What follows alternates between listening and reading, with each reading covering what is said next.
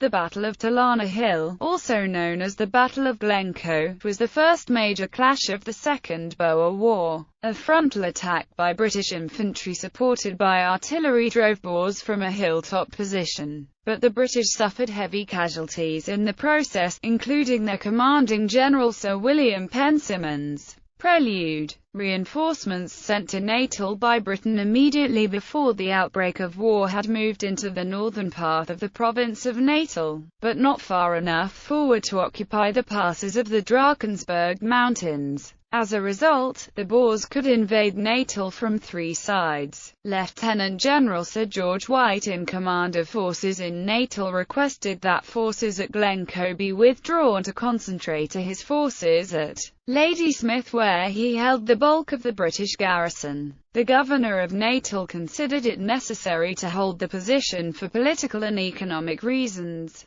so he dispatched Lieutenant General Sir William Penn Simmons to take control of the troops at Glencoe. War was declared at 5 p.m. on the 11th of October, with the Boers invading on the 12th of October. Penn Simmons commanded a brigade which occupied the coal mining town of Dundee. Coal was strategically important to the British war effort as it was needed to power the British train locomotives. On the evening of the 19th of October, two Boer forces from the independent South African Republic, each numbering 4,000 men under General Lucas Meyer and General Marola Erasmus, closed in on Dundee. Battle. Before dawn on the 20th of October, Erasmus' force occupied Impasha Mountain north of Dundee. Meyer's men occupied the low Talana Hill east of the town at 28 degrees 9 minutes 50 seconds south, 30 degrees 16 minutes 4 seconds east, 28.16389 degrees south, 30.26778 degrees east, minus 28.16389, 30.26778, and dragged several German-manufactured Krupp field guns to the top.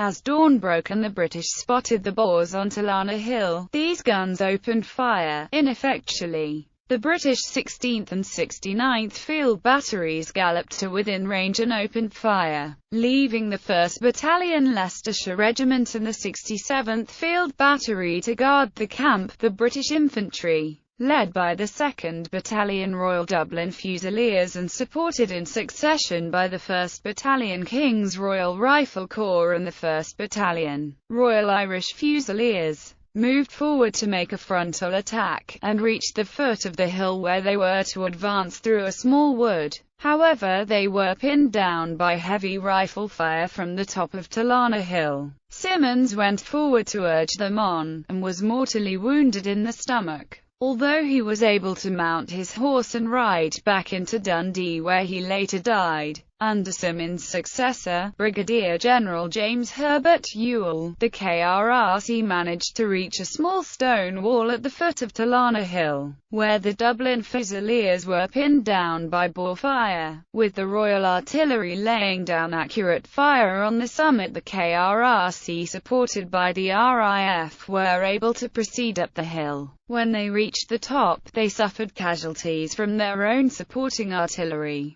The Boers abandoned their positions on the hill. Despite the British artillery being repositioned to harass the Boer retreat, they declined to fire, worried that they might hit their own troops again. General Lucas Meyer's forces mounted their ponies and made off. A squadron of the 18th Hussars and the British Mounted Infantry tried to cut off their retreat, but most of the British horsemen strayed onto the slopes of Impasha. General Erasmus's men, who had so far played no part in the battle due to Impasha being shrouded in fog, surrounded the British mounted detachment and forced him to surrender. Aftermath. The British had won a tactical victory, but at a high cost. Ewell's men were unable to contemplate attacking Impasha Hill, which held Dundee's water supply. They marched and countermarched beneath the hill for 2 days under intermittent shell fire. Other Boer forces had cut the British line of supply and retreat. Finally, the British force retreated across country at night. After an arduous 4-day march of 64 miles, they reached Ladysmith, where they reinforced the garrison.